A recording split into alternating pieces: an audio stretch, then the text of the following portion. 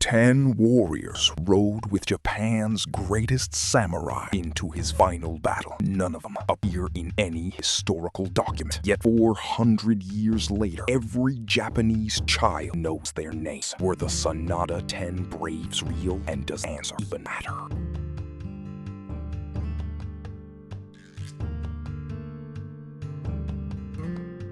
Ten warriors. Not one historical document proves they existed. Yet Japan has told their story for 400 years and built its greatest samurai legend around them. To understand the Sanada Ten Braves, you first need to understand Sanada Yukimura, the man they were invented to serve. By the time of the Osaka Campaign in 1614, Yukimura was already a legend. He had fought on the losing side at Sekigahara, survived years of exile in the mountains of Ki province, and emerged as the one general the Tokugawa shogunate genuinely feared. When Toyotomi Hideyori called for warriors to defend Osaka Castle, Yukimura answered.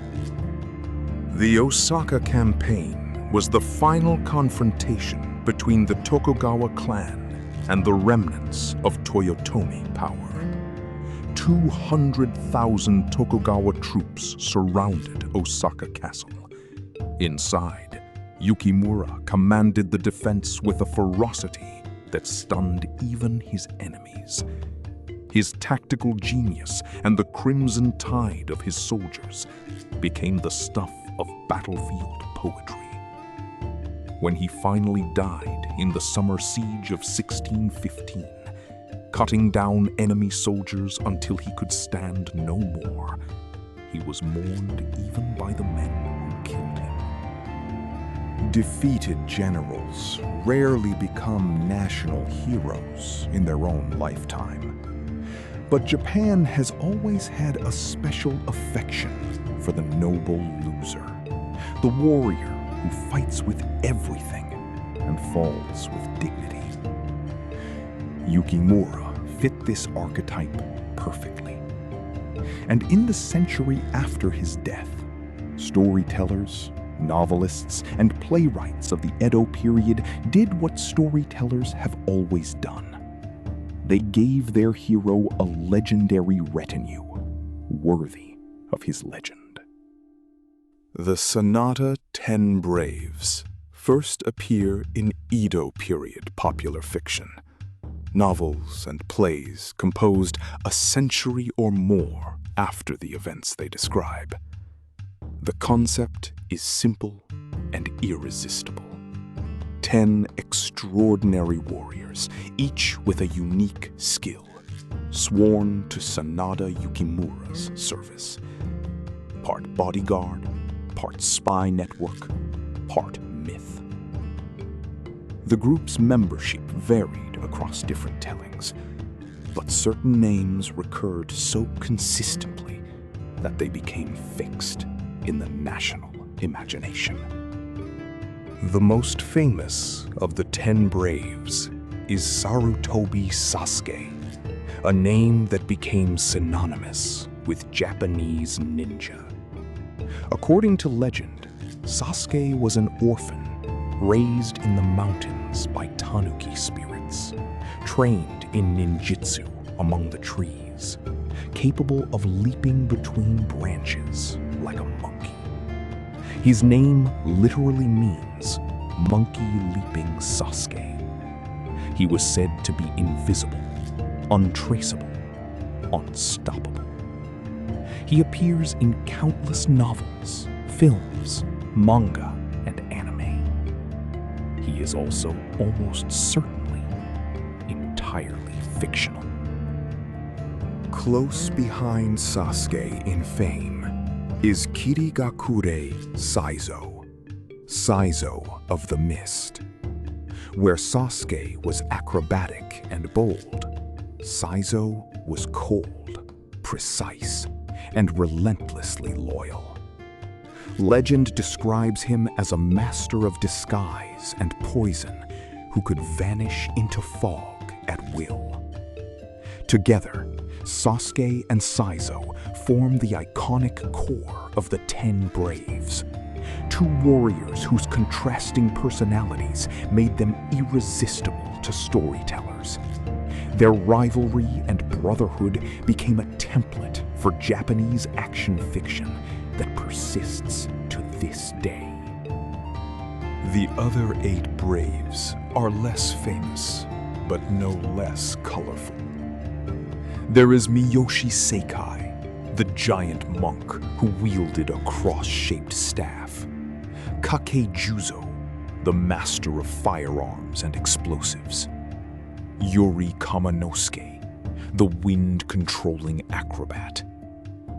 Each was given a specific supernatural specialty, a distinctive weapon, a dramatic backstory. Together, they form a team that reads like a committee's answer to the question, what would the perfect ninja squad look like? The answer, exactly this. Here is the problem historians face. Not one of the 10 Braves appears in any contemporary document from the Sengoku or early Edo period. No battle record, no retainer list, no correspondence mentions their names. The earliest sources describing them as a group date from well over a century after Yukimura's death. For mainstream academic historians, this settles the matter. The Sanada Ten Braves are Edo period fiction, invented to satisfy a public hungry for heroic stories of the losing side. But history is rarely so clean. Some researchers have found tantalizing fragments.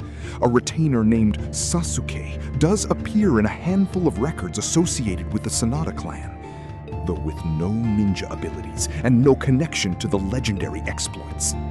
The name Saizo appears in some regional documents from Iga province, the historical homeland of ninja.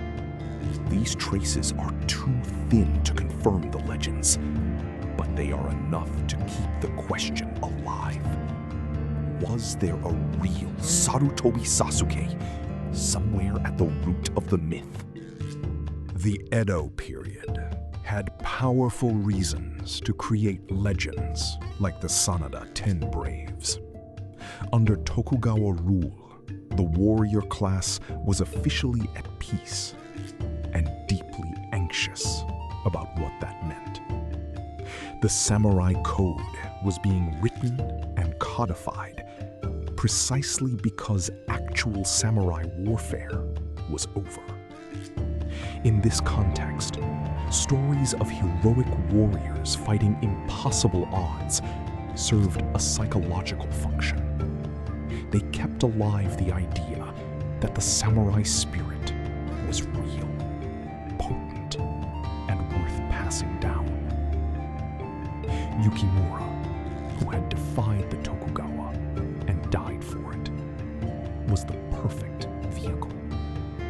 There is also the specific genius of the Ten Braves as a narrative structure.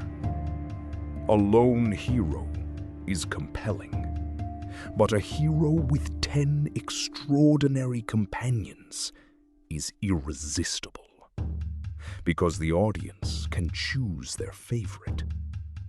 Sasuke for those who loved acrobatics, Saizo for those drawn to cold precision, the giant monk for those who wanted pure power. This multiplicity of identification points is exactly why the Ten Braves survived in popular culture when other Sengoku legends faded. Everyone found someone to love in the group. The Sanada Ten Braves entered the modern era as a franchise before the word existed.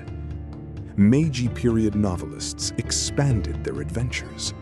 Taisho-era films brought them to the screen. Post-war manga and anime gave them new visual identities for each generation. Video games made players choose to be Sarutobi Sasuke or Kirigakure Saizo.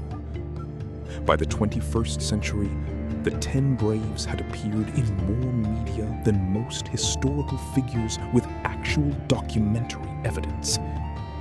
Fiction, repeated long enough and loved deeply enough, achieves its own kind of truth.